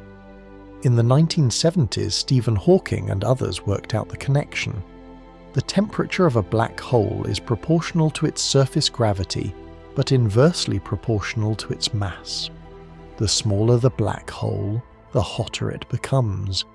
A giant supermassive one has a temperature colder than the cosmic microwave background, effectively frozen. A tiny one, by contrast, would blaze with unimaginable intensity. You lick your lips and taste dryness, as if the vacuum itself has drawn the moisture from your mouth. Your skin prickles under an imagined heat that does not warm, but burns from within, a fire of equations rather than flames. The horizon feels like a furnace of silence. Surface gravity also explains why no force, no rocket, no photon can climb away. The temperature is not comfort, but confinement. You press your palms together and feel sweat bead despite the cold around you. Your body responds to the thought of pressure so immense that even light is bent inward like a reed in the wind. Astronomers have tried to measure signs of this temperature, but for astrophysical black holes it is too faint. For Sagittarius A star at the centre of the Milky Way, the Hawking temperature is less than a billionth of a degree above absolute zero. For stellar black holes, it is higher, but still beyond reach of instruments. The heat exists, but it is drowned by the background glow of the universe itself. You breathe shallowly, and the weight in your chest grows heavier. Temperature here is not warmth, but inevitability. It is the measure of how strongly the cosmos insists on silence. Silence, however, is never absolute.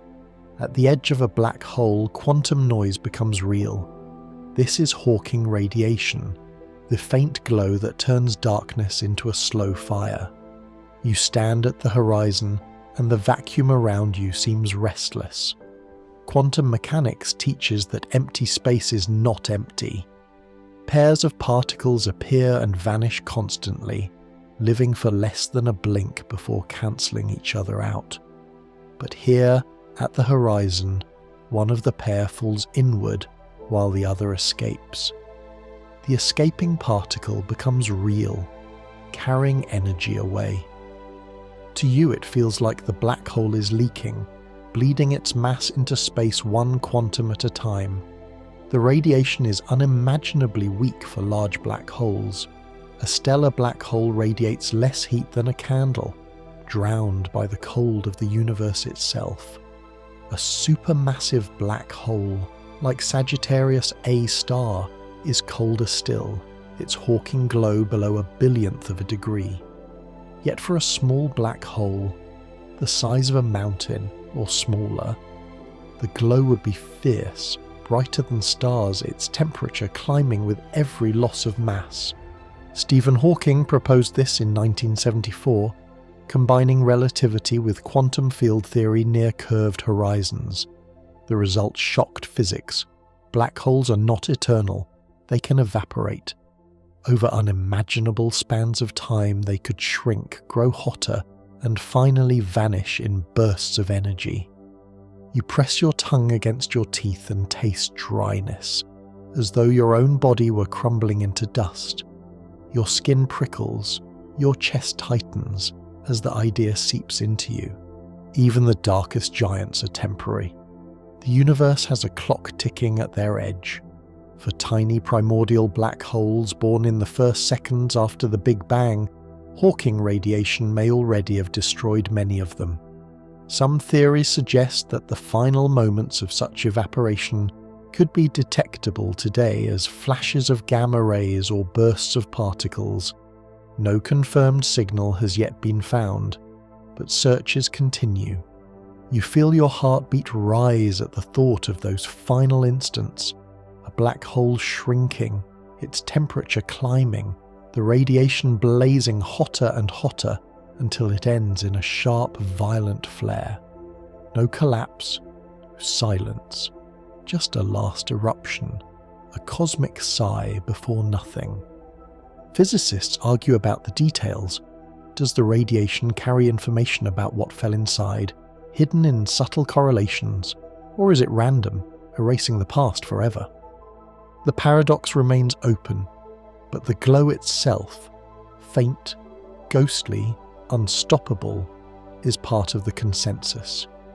You close your eyes and the silence feels less empty. There is always a whisper at the edge, always a faint fire burning where gravity meets quantum rules. The horizon is not perfect darkness. It is a slow evaporation, a patient erosion, a promise that even the strongest fades. If even the strongest fades, then the last stage matters most. What happens when a black hole evaporates completely? Does it leave a remnant or explode in a final burst of fire?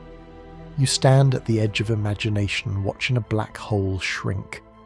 Over trillions upon trillions of years, Hawking radiation has drained it, one quantum at a time. The giant that once outweighed suns has become no larger than a mountain, then no larger than a pebble. Its temperature rises as its size falls, the glow brightening, the clock speeding up. In the final seconds, theory suggests the radiation becomes furious. Particles and light pour out in a storm, the black hole blazing hotter than 1,000,000 stars. Your skin prickles with the thought of the blast. Your teeth taste ash. Your pulse jumps as if bracing for impact. And then, silence. The black hole is gone, but what if it does not end that way? Some physicists propose remnants, tiny frozen kernels that never vanish. These Planck-scale relics, smaller than any particle we can imagine, could store the information of everything that fell inside. If they exist, the cosmos would be littered with invisible ghosts, each one a hard drive of forgotten histories. Others argue for the opposite, no remnants, only an ending. In that case, information must leak out during evaporation, encoded in delicate correlations between particles of radiation. Detecting such patterns is beyond our instruments today, but the mathematics hints at possibility. The universe may keep its records not in a relic, but in the faint glow of the final storm. You breathe shallowly, feeling your ribs tighten with the image of that collapse into nothing. The vacuum tastes of metal, sharp and dry, like a spark on the tongue. Your palms sweat though there is no heat. as if your body expects a thunderclap. The question remains open. Black holes take longer to evaporate than the current age of the universe, so no one has witnessed such a finale. For stellar black holes, the timescales exceed 10 to the 67th power years. For supermassive ones, far longer. Our instruments, our species, perhaps even our galaxies will be gone before the first such death occurs. Yet the mystery matters. If remnants exist, they could be part of dark matter, drifting silently across the cosmos. If explosions end them, the universe's last light will be brief flashes of evaporating holes, fireflies in the endless night. Both visions are haunting. A sky filled with silent ghosts, or a sky briefly lit by final sparks. In the far future, when stars have burned out and galaxies dissolved, black holes may be the last actors on stage. Their final performance will decide whether the universe ends in darkness, filled with hidden memory, or in light scattered and gone. That stage is not only in the future. Today, with telescopes like James Webb, astronomers are peering into the earliest acts of the universe, searching for the first black holes ever born. You stand behind the golden mirrors of the telescope, floating 1,000,000 miles from Earth. Its segmented eyes unfold into the cold, catching light that has travelled for more than 13 billion years. Each photon is a messenger from a time when galaxies were newborn, when the first stars were still burning hydrogen into helium. In that ancient light, astronomers hunt for shadows, the signatures of black holes at the dawn of cosmic history. The puzzle is urgent. Quasars powered by billion solar mass black holes have been seen less than 1 billion years after the Big Bang. How could monsters so huge appear so fast? Stellar black holes grow too slowly, even with constant feeding. Something else must have happened. Either direct collapse of primordial gas, or rapid chains of mergers. James Webb was built in part to test these ideas. Its infrared eyes pierce the dust and redshift, capturing faint galaxies whose light is stretched thin by expansion. Inside them, astronomers search for the fingerprints of feeding black holes, X-ray echoes, unusual spectra, light flickering with a rhythm only accretion can produce. Each detection is a clue, each faint glimmer a possible giant in the making. You press your hand against the console, your palm damp, as you imagine the data arriving. Lines of numbers, peaks in graphs, light curves rising and falling. They look abstract, but your body reacts as if they were storms on the horizon. Your breath quickens, your skin prickles with anticipation. You're not just looking back in time, you're looking at the moment when gravity first took center stage. In 2023, James Webb identified candidates for black holes less than 500 million years after the Big Bang.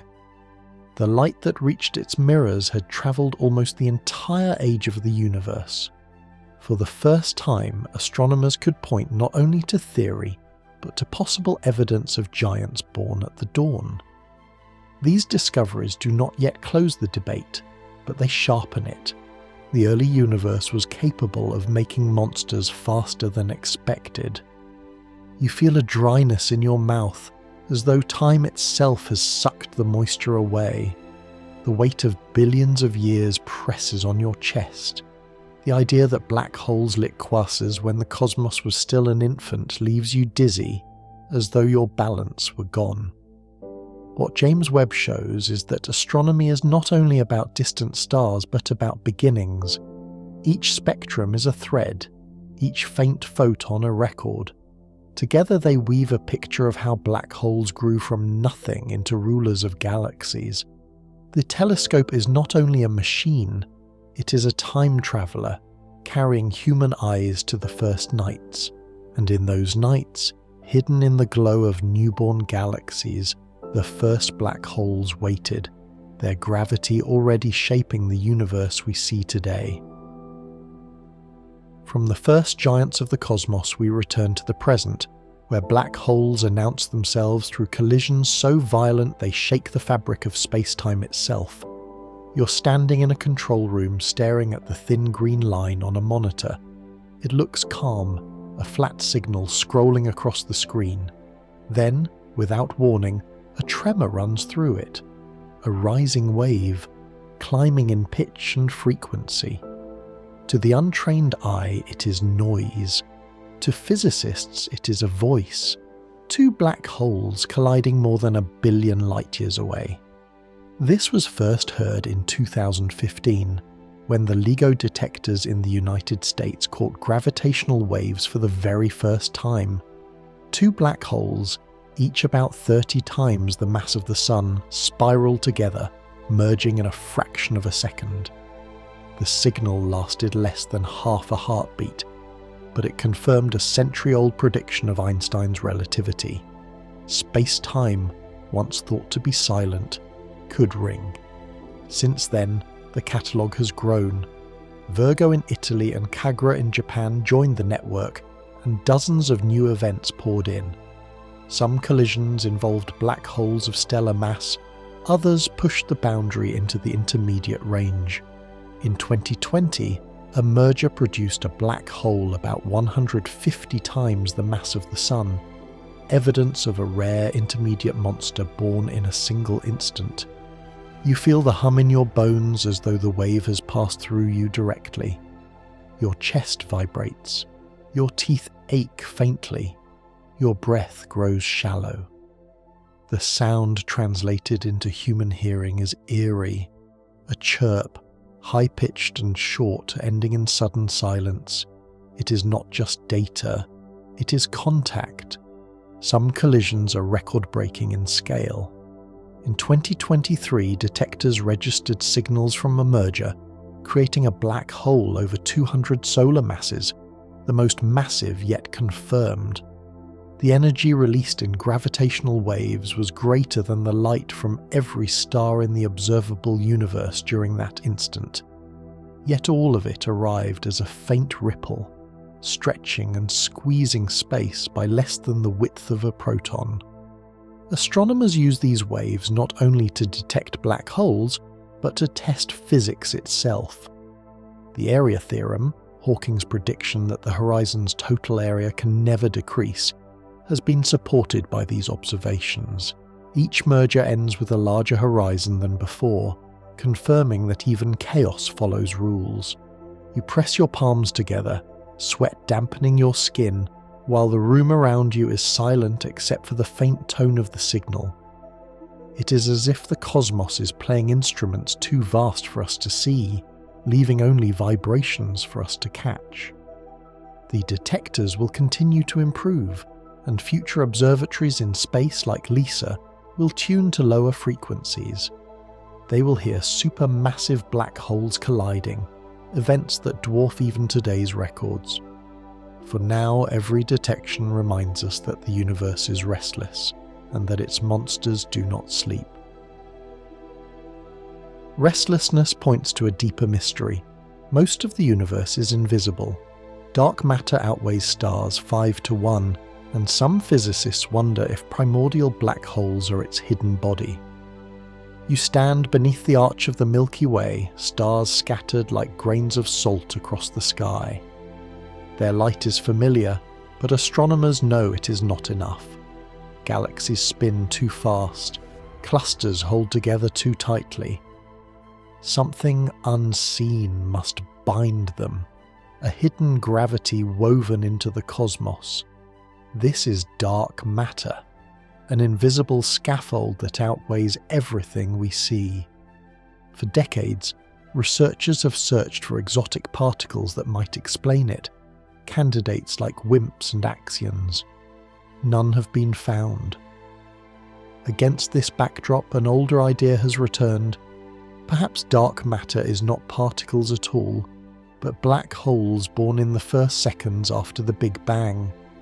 primordial black holes, smaller than stars, could have formed from density fluctuations in the early universe. Some might have evaporated long ago, but others could remain, drifting silently through galaxies. If they are numerous enough, their combined gravity could mimic the missing mass. Your breath grows shallow as you imagine billions of invisible mouths drifting through the Milky Way, each one no larger than a mountain, each swallowing space in silence. No light, no jets, no accretion, only weight. The thought presses on your chest like a stone. Searchers have tried to reveal them indirectly. Microlensing surveys look for the brief brightening of stars as hidden objects pass in front. Gravitational wave detectors scan for mergers too heavy for stellar black holes, but too light for supermassive ones. So far, results have been mixed. Some signals hint at possibilities, others rule out entire ranges of mass. The hunt continues. In 2019, data from LIGO and Virgo showed mergers involving unusually heavy stellar black holes, raising questions about whether primordial origins could be responsible. Other teams use gamma-ray observatories to search for bursts that might signal the final evaporation of tiny primordial holes. Each absence of detection is a boundary drawn tighter around the idea. You lick your lips and taste dryness, as though dust has settled there. The silence of the night sky feels different now, heavy, crowded with potential ghosts. Every patch of darkness could hide an ancient relic from the universe's birth. Whether or not primordial black holes are dark matter, the question reshapes our view of the cosmos. If they exist, they are fossils from the Big Bang, witnesses older than any star. If they do not, then the search for dark matter must look elsewhere, toward particles still unseen. The sky above holds its secret. Galaxies spin, clusters cling, and somewhere in the invisible fabric the answer waits. Among those galaxies, the smallest ones carry clues of their own. Dwarf galaxies, modest in light and size, often hide black holes at their centres, whispers of how the giants may have grown. You gaze at a dwarf galaxy through a telescope, a faint smudge of stars barely distinguishable from the darkness behind it. There are only a few billion suns here, a fraction of what the Milky Way holds. Yet in the middle, stars orbit too quickly. Gas moves as though tugged by an invisible anchor. The evidence points to a central black hole. These black holes are smaller than the monsters in giant galaxies, often just tens or hundreds of thousands of solar masses. Still, for a system so small, they dominate. Their gravity sculpts the motions of stars and gas. Their feeding lights up the core in faint X-rays or radio waves. To you, it feels like finding a beating heart inside a fragile body, pumping energy through veins of starlight. Astronomers have begun to catalogue such cases in recent decades.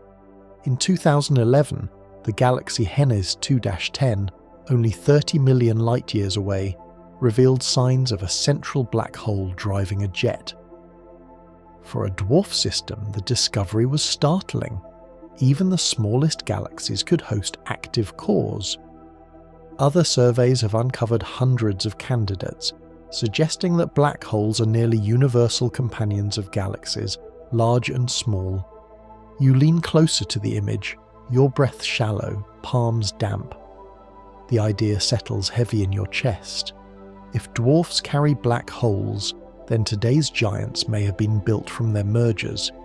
Each small galaxy swallowed into a larger one may have delivered its own black hole, growing the seed in the centre until it became supermassive. The empire of the giants began with the whispers of the dwarfs. These discoveries reshape our sense of cosmic history. Black holes are not only the rulers of colossal galaxies, they are common, democratic even, found in humble systems that barely glow. Their universality suggests that wherever galaxies form, black holes are there, guiding, shaping, waiting. In the quiet glow of a dwarf galaxy, you see the echo of something larger. Smallness does not mean insignificance. Even the faintest galaxies carry the dark seeds of creation, silent but enduring, shaping the universe one hidden center at a time. Seeds of creation lead to the deepest question of all. Once you cross the horizon of a black hole, what is truly inside? You stand before the invisible border, the horizon stretching around you like a sphere of absence. Crossing it is simple, no wall, no flash, no signal. But what lies beyond remains one of the most profound mysteries in science. General relativity insists on a singularity, a point of infinite density, where space and time curve into nothing. Quantum mechanics protests, refusing infinities. Somewhere between them must be the truth, but no one has seen it. Physicists describe the singularity as a failure of equations, a place where numbers lose meaning. To you, it feels like standing on a floor that suddenly crumbles into mist beneath your feet. The ground is no longer ground. There is nothing to measure, no way to define what comes next.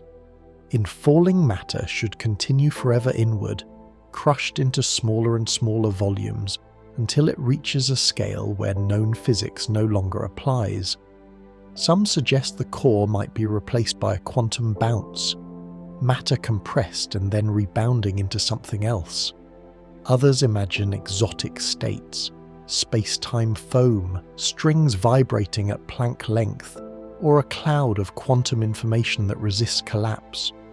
Your breath quickens, your palms sweat, as though you're about to open a door into a room with no walls. Your ribs ache with the pressure of gravity's imagined grip. The taste of iron spreads across your tongue, like blood after biting your lip, sharp and metallic. The body insists on making the abstract physical. The mystery has practical weight. If information is destroyed at the singularity, physics must change.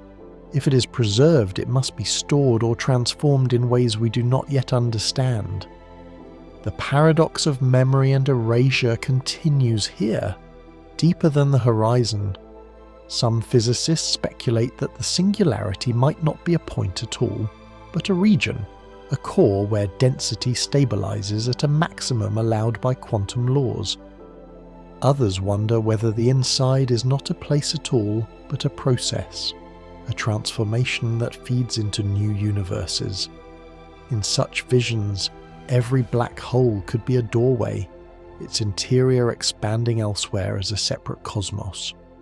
You close your eyes, and the silence of the horizon feels heavier, thicker. It is not the silence of nothing, but the silence of withheld answers. Inside there may be a singularity, a bounce, a seed of another universe, or something no theory has yet conceived. Among the boldest possibilities is a reversal, that black holes may one day transform into their opposites, becoming white holes that expel matter instead of swallowing it. You hover at the edge of theory, where equations suggest strange symmetries. In general relativity, the math that describes a black hole also allows the time-reverse solution, a white hole. Where one pulls in everything and never lets it return, the other refuses entry and instead pushes matter outward. It is gravity turned inside out. The concept has been around since the 1960s, when physicists explored whether Einstein's equations might permit such exotic structures. No observational evidence has ever been found, but the idea persists. Some theories of quantum gravity even suggest that the end of a black hole's evaporation could trigger such a transformation, a final eruption, not into silence, but into release. You feel a pressure in your chest, as though something inside is trying to escape. Your palms sweat, your breath grows shallow, your ribs ache with the imagined push of matter bursting outward. The taste of iron fills your mouth sharp and dry, like blood drawn too quickly. If white holes exist, they would be brief, unstable, and violent. Matter compressed for billions of years could explode outward in a fraction of a second. To an observer, it would look like a sudden flash, a fountain of particles and light where darkness once stood. Some have speculated that certain unexplained gamma-ray bursts or fast radio bursts might hint at such events. None have yet been confirmed. In recent years, proposals have linked white holes to information paradoxes. Instead of erasing data forever, black holes might one day return it, encoded in a final outburst. The memory of everything swallowed would not vanish, but would be expelled, scrambled and scattered across the cosmos. The image is unsettling, the universe coughing up its forgotten past. You close your eyes, your tongue dry, your pulse rapid. The silence of the black hole becomes unstable in your mind, as if it were preparing to shout. The possibility remains only in equations, yet it stirs imagination, because it suggests that endings may be beginnings. If black holes are not final graves but gateways to release, then the story of matter and memory may not stop at the horizon. The script could continue with an exhalation of light. Another possibility pushes imagination even further, that black holes could serve as entrances to wormholes, tunnels linking distant regions of space and time. You hover near the horizon and feel the tension of geometry bending in impossible ways. A wormhole, in theory, is a bridge. The Einstein-Rosen bridge, first described in 1935. On one side, a black hole. On the other, perhaps another black hole, or another place entirely. The mathematics allows it. The question is whether the universe does. Physicists describe wormholes as shortcuts, bypassing the vast gulfs between stars and galaxies. Instead of travelling for thousands of years, one step through the throat could deliver you instantly across unimaginable distances. Science fiction seizes on the image, but the science itself is cautious. Wormholes, as equations suggest, collapse too quickly to pass through, unless something holds them open. Your chest tightens at the thought of that passage. Imagine stepping across the horizon and not being crushed into singularity, but drawn through a tunnel, walls of warped space rushing past. Your breath comes fast, your ribs ache with the pressure, your tongue tastes dust as though the air itself had turned brittle. The body rebels at the thought of being stretched not by gravity but by geometry itself. Some theorists argue that exotic matter, with negative energy density, might stabilize a wormhole. Without it, the throat would snap shut before anything could cross. No such matter has been found, though quantum effects hint at possibilities. To date, no telescope has revealed a wormhole's shadow, no detector its passage. Still, the idea remains, suspended between theory and dream. In recent decades, research has asked if wormholes could explain some astronomical puzzles. Could a flash of radiation in deep space be a signal of a wormhole collapsing? Could gravitational waves carry the echo of such tunnels? The evidence is not there yet, but the questions persist.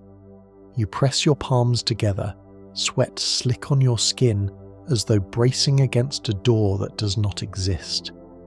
The silence around you feels crowded, as if unseen corridors run beneath it.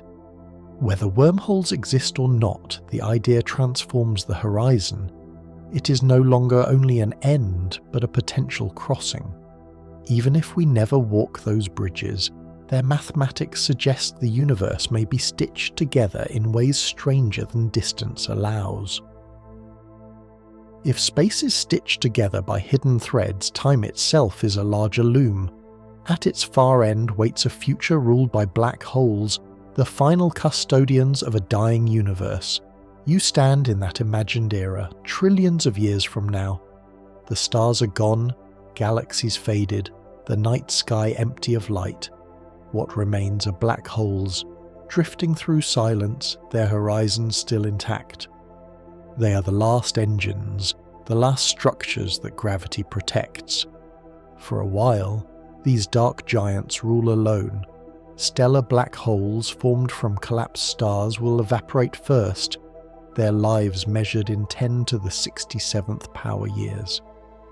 The larger supermassive ones endure far longer, their clocks running into unimaginable spans, 100 billion years or more. The universe itself will grow colder and emptier, but the holes will still be there, marking the endgame of matter. You breathe shallowly, your chest heavy as you imagine time stretched like glass. Each second feels brittle, fragile, as if it could snap. The taste of dust coats your tongue, a phantom of ancient stars long gone. Your body rebels at the sheer vastness of the timeline, instincts trained for heartbeats now forced to grasp eternities.